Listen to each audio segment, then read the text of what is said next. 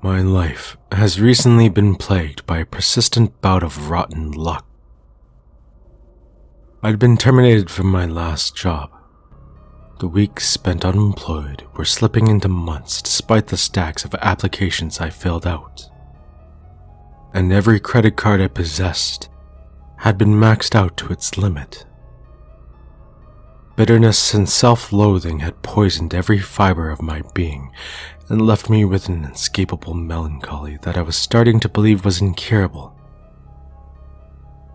My latest humiliation had been to dig through my wallet for spare change as the cashier fixed me with a plastered-on smile. And an impatient line grew behind me, only to find that I still didn't have enough money to purchase a meager amount of groceries. I headed to Woodharrow Park afterwards, a local secluded, sleepy stretch of land, to clear my head.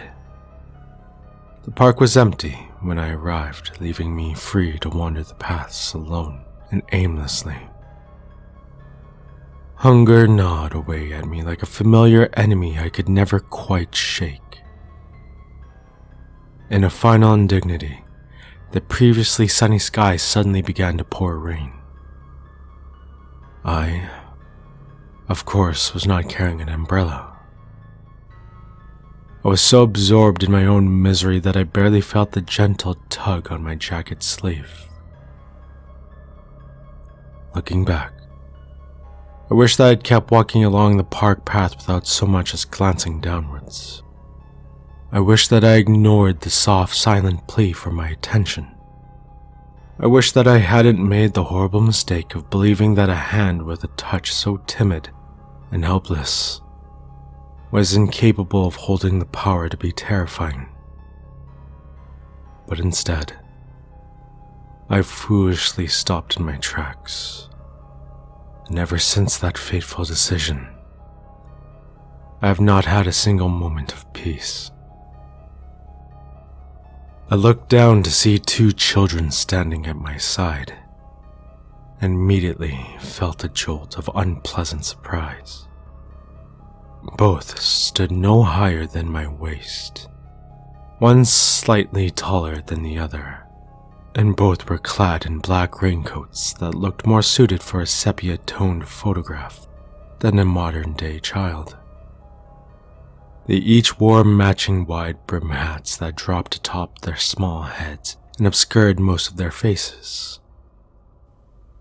Though I could vaguely discern that the taller of the pair was a boy and the shortest is a girl, I was unable to see any features above the pallid flesh of their swollen cheeks. Their lips were so colorless that it appeared as if they had little more than a thin white sliver for a mouth. The children's bodies were round with any of the cherubic softness associated with youth. Rather, they looked unnaturally bulbous, bloated to the point of near grotesqueness. Unbrushed tufts of stringy blonde hair jutted from beneath their hats, like tangled straw, dry as brittle bone and seemingly untouched by so much as a single drop of rain. "Hello," I said, forcing myself to sound upbeat. They stared up at me in silence. The girl continued to cling to my sleeve. "Are you okay?" I asked. By now I was drenched and eager to head back to my car. "Do you need some help?" But the pair remained mute. I stood there awkwardly, unsure of what to do, when the girl suddenly began to grip my arm with a startling strength that made me worry she would pull me to the ground. Alarms rang loudly throughout my brain. I felt an immediate urge to extract myself from the unsettling grasp and leave them both behind in the rain. "Well," I wearily pulled my arm away, somewhat embarrassed for being afraid of how the pair would react. "If you don't need anything, I guess I'll be on my way." She released her hold on me without protest. Neither said a word as I walked away. When I turned around for a final look of parting, I saw that they were still staring at me. Though I could not see their eyes, I felt their gaze follow me with an intensity that disturbed me no matter how much distance I put between us.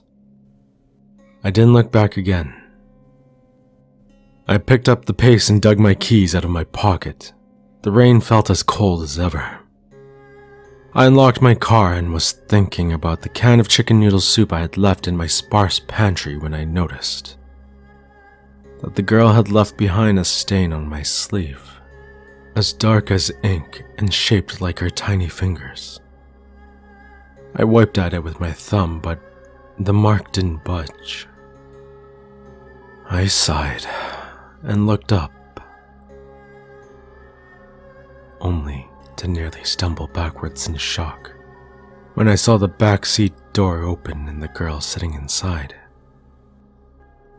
She removed her hat and was holding it in her hands, both of which were clean despite the mark on my jacket, with her head bowed and her knotted hair concealing her face like a curtain. "Hey!" I tried to keep my tone from betraying how unnerved I was and failed spectacularly. "What are you doing here?" She sat as wordless as before, tightly squeezing and twisting the brim of her hat with such violence that I was certain she would rip it apart. I swallowed my uneasiness. "Look," I said as calmly as I could manage. "If there's something wrong, I can't help you if you don't tell me what it is."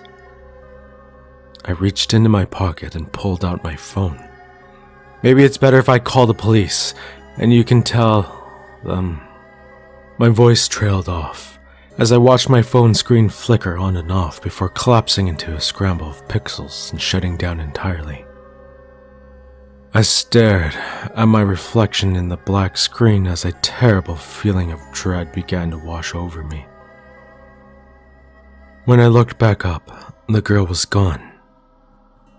In her place rested her hat. The hat appeared soaked, every bit as saturated with rain as my own clothes were. But unlike the jacket and jeans that clung to my skin and chilled me to the bone, the hat didn't feel wet when I picked it up.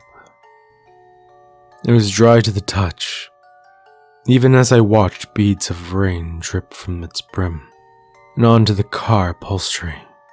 I realized it was something between fascination and horror. The raindrops left behind no traces where they landed.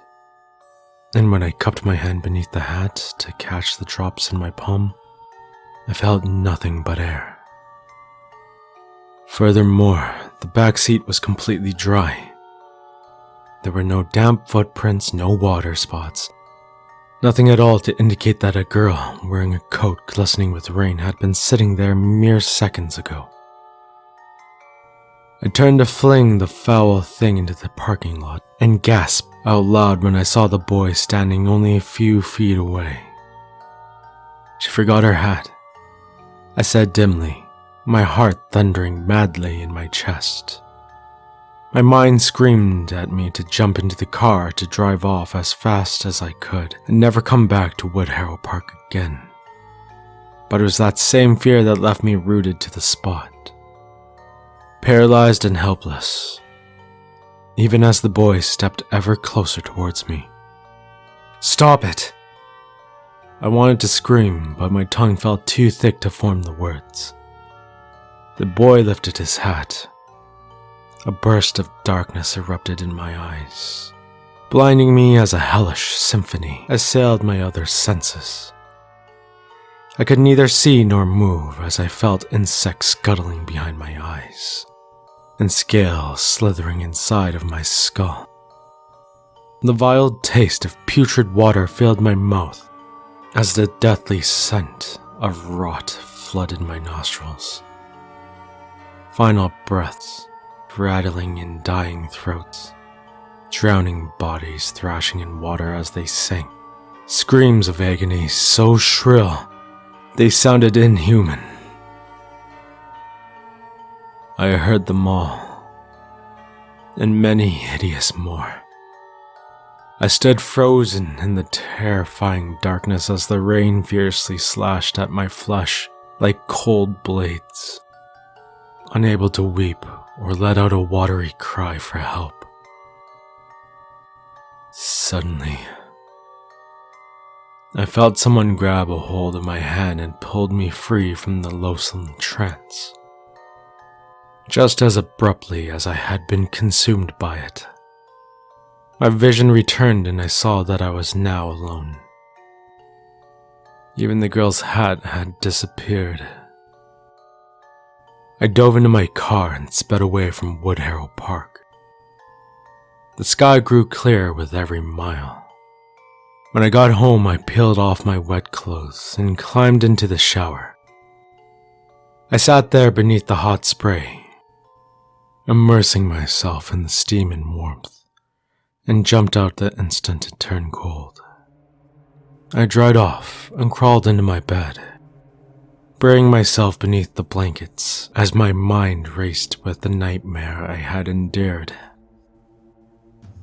I wondered if the children, whoever they were, had somehow been drawn to the despair I'd felt as I walked through the park. Perhaps my hopelessness and sorrow had served as a miserable beacon, guiding them towards me and leaving me vulnerable to their presence. There was one thing I knew for certain.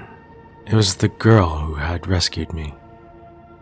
I knew the second I felt her small hand touch mine.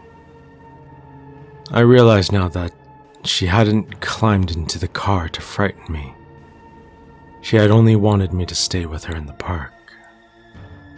Tears slid down my cheeks as I thought of her being forced to forever wander Woodharrow, with no one but a boy who carried hell beneath his hat to keep her company.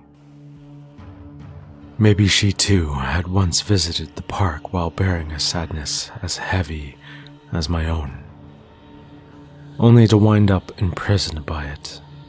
I slept fitfully. When I woke the following morning, I discovered that the stain on my coat sleeve had somehow bled onto my arm. I spent hours trying to wash it off, scoring my flesh, until it grew angry and raw.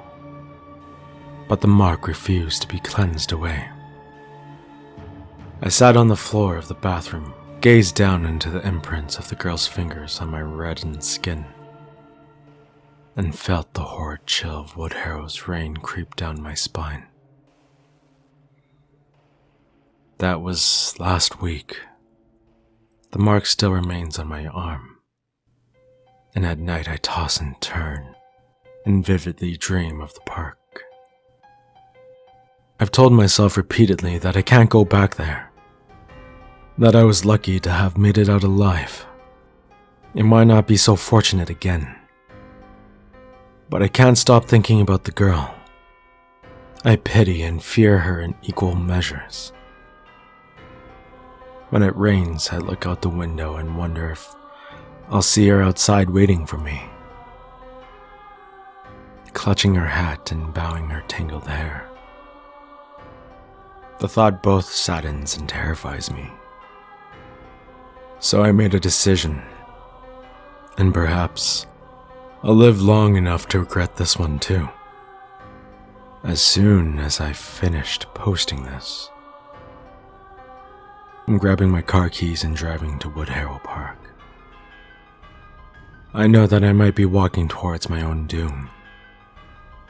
I know that the marks on my arm are likely a bad omen.